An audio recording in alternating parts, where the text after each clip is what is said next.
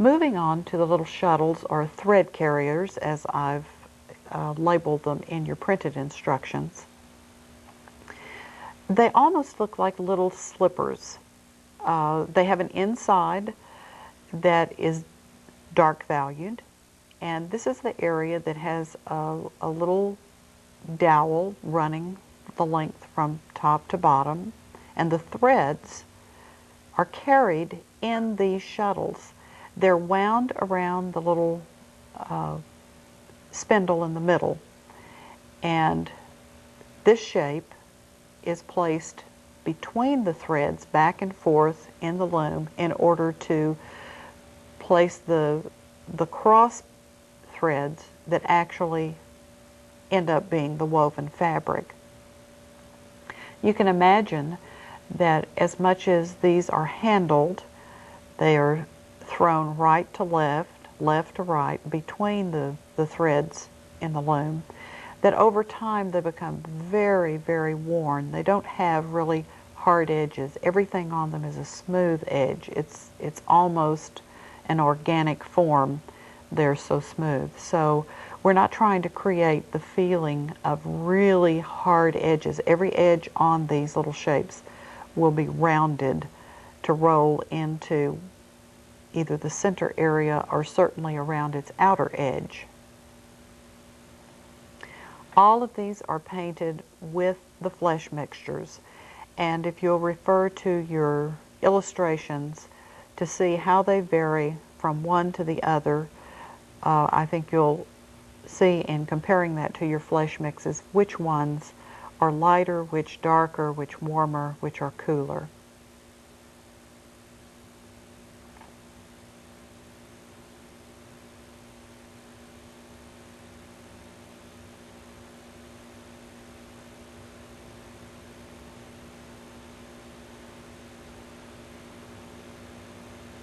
Each of these shuttles carries a different color thread, and that color is going to be indicated right in the center of that opening where the thread is wound around the little center dowel. The one that I'm painting now carries the dark thread, so the center of it will be fairly dark. In a moment you'll see me painting the thread that is hanging over the arm of the loom and connects down into that center portion, which lets you understand how these little shuttles are hanging on the side. You can paint the thread in it any color you would like to. It just needs to be the same color that wraps over the edge of the loom, so that we'll know that that's the thread that's holding it to the loom.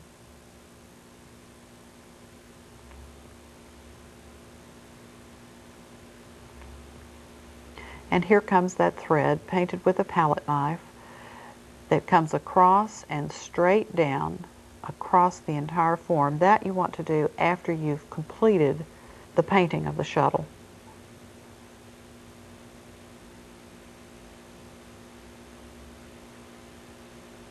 For variety, of course, you'd put different thread colors in each of the other thread carriers that you're going to have to paint.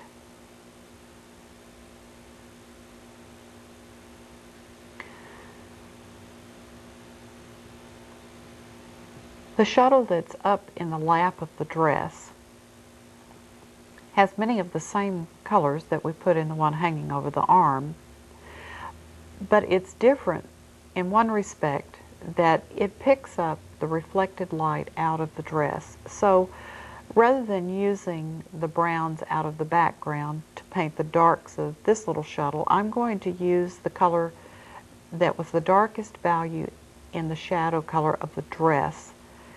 That will give me that reddish tone that enforces the reflected light out of that brilliant red dress. And by the way, although I have not demonstrated it, and I probably won't because due to the length of this video, the skein of yarn to the far right that's laying over the arm of the loom is painted with exactly the same colors as you painted in the girl's dress. So when it comes time to finish that area, do paint it with the same colors that are in the skirt of the dress.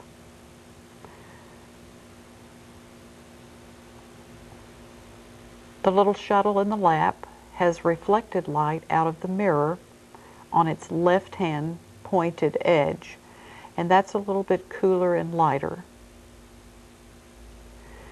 The thread in this carrier is the golden thread, so I take the opportunity to paint that with very bright colors, just like the ones I put into the hip band that goes around the hip of the girl over the dress. Use your Cad Yellow Light, and number 1 mix, and perhaps some Cad Yellow Deep.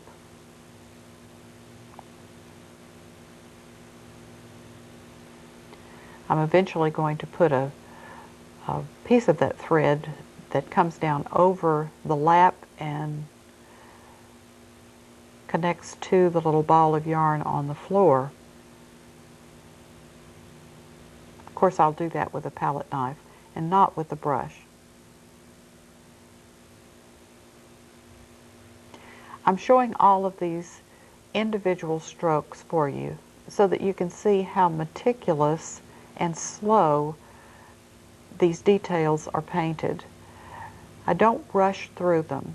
I'm enjoying every stroke and taking the opportunity to step back and see what it looks like before I continue. Here's a little detail that I need to show you, and that's the support that keeps that roller from moving on the arm. It keeps it in place. There are 2 of them, one on either side of the roller, laid in with a dark brown and then highlighted with the number 4 mix.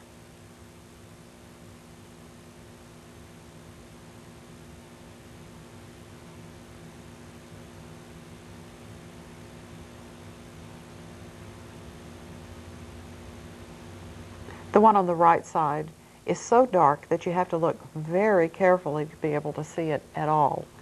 The one on the left is fairly obvious because it's a dark shape silhouetted against a basically much lighter background.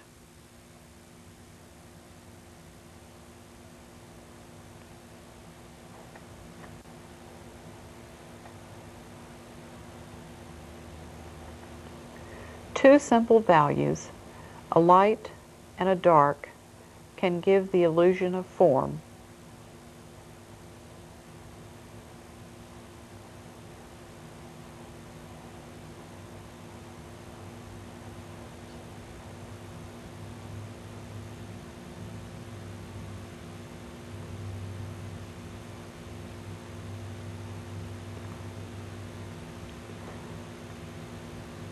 Just a hint on that right side is enough. If you get it too light, it won't read correctly. So you can see me changing it in order to make it sit into the painting better.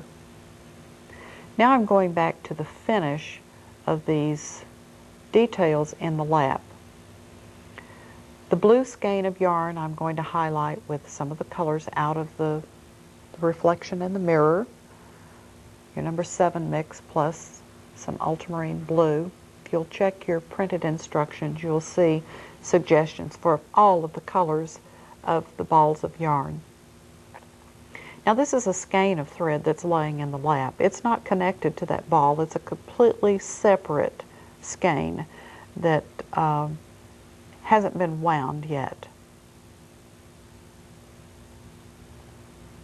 And now's when I'm going to put that piece, that single strand of thread that's coming out of the lap, disappearing behind the arm, and then coming out again from behind the arm,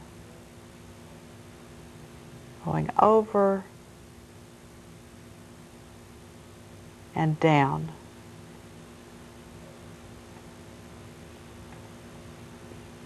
Now that was actually a piece of the blue yarn. Now I'm going to put in a thread that represents the golden thread that attaches to that ball down in the lower left. Now if it skips, as mine does, That's okay. That helps with the illusion that it's a very thin piece of thread. If you get it on too thickly, it'll look like a piece of cord and not like a piece of thread.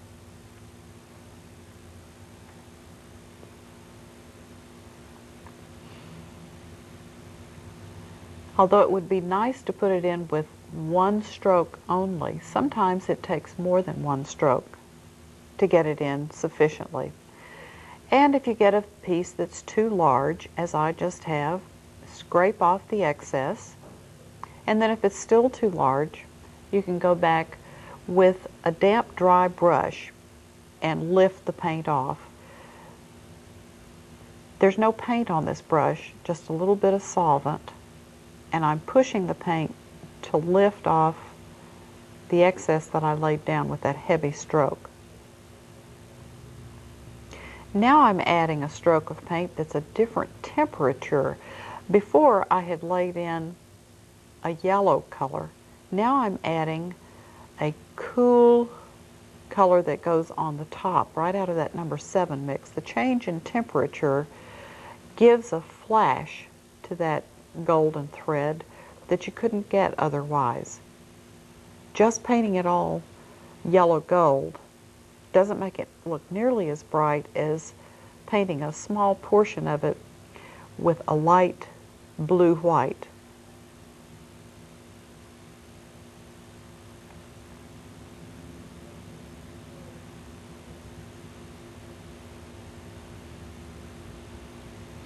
I'll use some of the yellows right out of the golden hip band to paint the threads in that little ball.